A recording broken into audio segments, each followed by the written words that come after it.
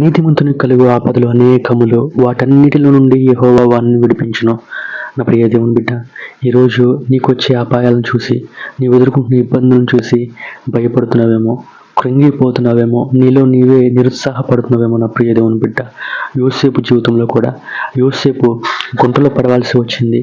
యోసేపు అమ్మివేయబడాల్సి వచ్చింది. యోసేపు చెరసాలలో ఉండాల్సి వచ్చింది. యోసేపు పడరాని మాటలు పడాల్సి వచ్చింది. అవమానాల గుండా వెళ్ళాల్సి వచ్చింది. నిందలు పడాల్సి వచ్చింది. ఆఖరికి చెయ్యని తప్పు కూడా తన చెరసాలలో వేశారు నా ప్రియతమ బిడ్డ.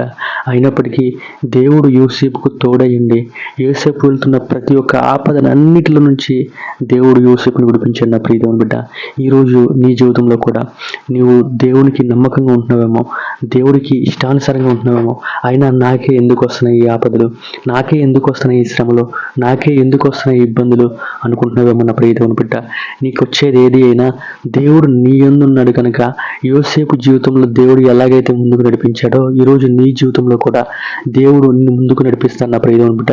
నీకొచ్చే ప్రతి ఒక్క ఆపద, నీకొచ్చే ప్రతి ఒక్క అక్కర, నీ మీద పడుతున్న ప్రతి ఒక్క ఇబ్బంది, నింద, ప్రతి ఒక్కటి దేవుడు నీకు ఆశీర్వాదకరంగా మారుస్తాడు కనుక భయపడక దేవుడి యందే విశ్వాసం ఉంచిన ప్రియదేవుని బిడ్డ. ప్రతి విషయంలోనూ దేవునికి నమ్మకంగా ఉండు. దేవుడు ఖచ్చితంగా యోసేపును ఆశీర్వదించిన దేవుడు నిన్ను కూడా ఆశీర్వదించి దేవుడు నిన్ను ముందుకు నడిపిస్తాడు.